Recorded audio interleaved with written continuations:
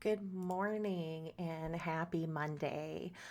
We had planned to meet on Zoom today, but since the schedules didn't line up, I'm going to go ahead and just do a recording so that you can still receive a little bit of some motivation this Monday morning.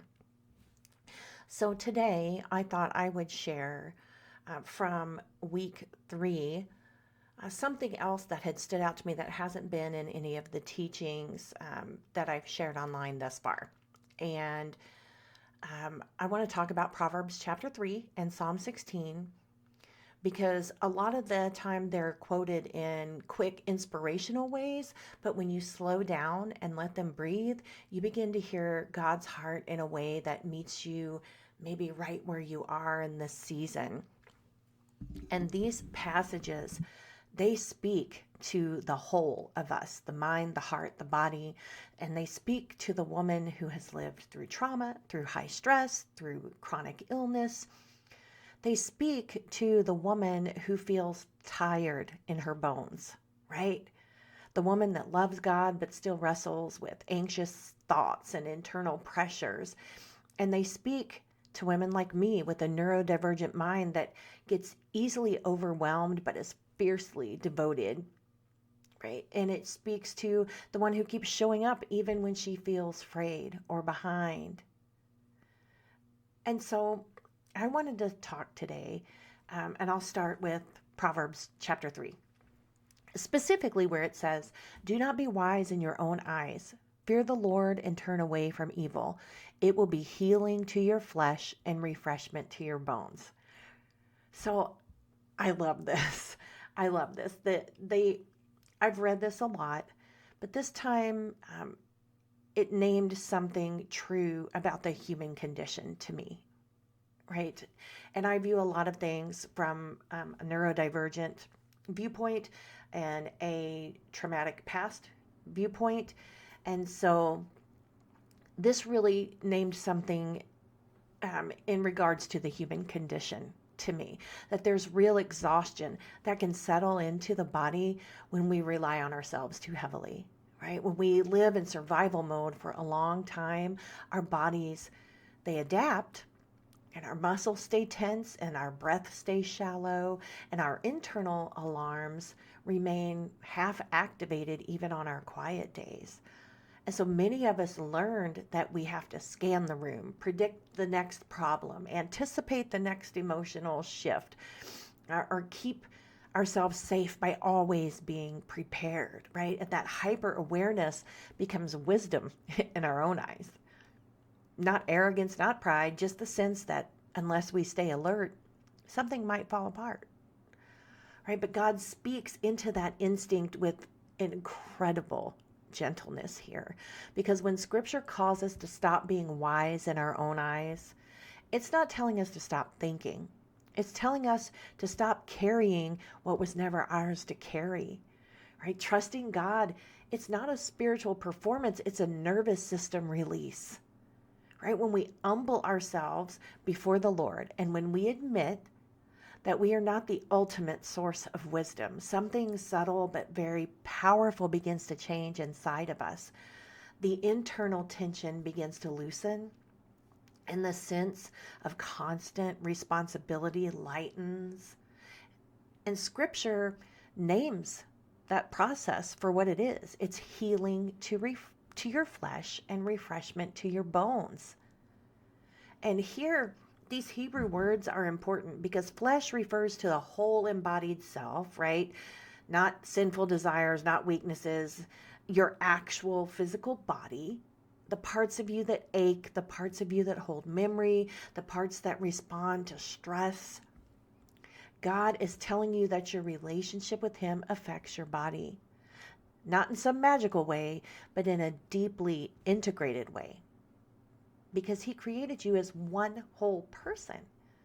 So your body, your mind, and your spirit were never meant to live in separate rooms from each other. And so what impacts one aspect touches the others. And then if you look at the phrase refreshment to your bones, this goes even deeper because bones in Hebrew represented like the core of a person, their deepest life, the strength or weakness within us that can't be hidden. So when your bones were dry, it meant your life had lost vitality. And when your bones were refreshed, it meant life had returned from the inside out. So scripture is saying that trusting God at this deep level nourishes places inside you that no human strategy can touch.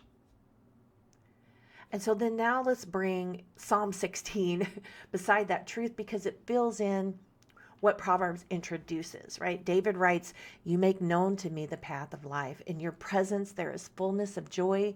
At your right hand are pleasures forevermore." This is one of those verses that get quoted a lot, but if you linger over it, you realize David is confessing something deeply profound here. He's not claiming that he figured out the path, and he's not claiming that he mapped out his future or strategized his way into clarity. He is saying God makes the path known. So the pressure to know every step is not ours to carry. And that's such good news for especially women like me with overwhelmed minds. It's good news for the trauma-shaped body. Because when life has taught you to expect sudden changes or uncertainty, the mind often tries to over-control as a form of self-protection, right? But David is reminding us that we do not need to carry the burden of perfect discernment. God reveals the path. And he does it faithfully, and he does it gently, and he does it in his timing. And then David says something that pairs beautifully with Proverbs 3, in my opinion. In your presence, there is fullness of joy, right? Not a hint, not a small flash here or there, but fullness. And not after everything is resolved either. It's fullness of joy right in the presence of God, even if your circumstances have not changed. Right? And the connection between these two passages to me is remarkable, because Proverbs tells us that turning toward God brings healing, and then Psalm 16 tells us that joy is found in his presence. So healing and joy are not separate spiritual gifts. They are part of the same relational reality, right? As we trust God, our bodies begin to soften. And as we sit with God, joy begins to rise, and the mind steadies, and the heart opens, and the body starts to remember safety again. And neuroscience, because we all know I am the neuroscience nerd, it supports this. It supports this because the human body responds to presence. And a safe presence slows the heart and reduces cortisol, and it grounds the nervous system. And when David says joy is found in God's presence, he is speaking about something deeply physiological as well as spiritual, right? God designed the brain to settle in the safety of the one who created it. That's beautiful.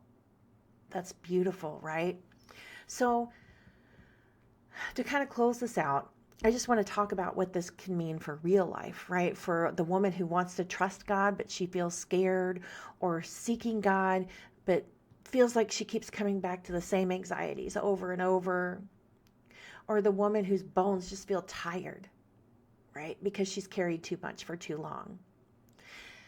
This is not about trying harder, because trying harder keeps you in the same cycle of self-reliance. This is about learning to exhale in the presence of God, and to remind your body that you're not alone, and to train your mind to release the belief that everything depends on you. Seeking God is a relationship that restores the places trauma has fractured. So when you open scripture, even if you're distracted, you're turning toward the one who heals. And when you choose prayer, even if you don't have fancy words, you are stepping into the presence where joy is found, right? So when you choose humility, even when it feels vulnerable, you are letting God carry the weight that you were never meant to lift. And so the motivation that I hope this gives you today is that It's just beautiful. It's just beautiful. You're not walking blindly, right? God makes known the path of life. You're not healing yourself. God's restoring you in your flesh and your bones. You're not chasing joy. Joy grows naturally in the presence of the one who loves you, right? So the only motivation for us this week is to just show up, right? Just show up and trust, right? So this week, maybe let those truths settle deeply, that you don't need to predict your path, and you do not need to carry your own wisdom, and you do not need to hold the world together. You can seek God with an open heart and a quiet mind, trusting that He is shaping what you cannot see, right? Healing is already happening. Joy is already forming. Strength is already rising in the very places you once felt fragile, right? So keep seeking Him. Not because you must, but because life is found there. Not because you're behind. Don't try to catch up. Just remember He delights to meet with you, right? And this isn't because you owe Him something. It's because He's the only one who can bring healing to your flesh and refreshment to your bones. He is the one who makes the path of life clear. His presence is your joy.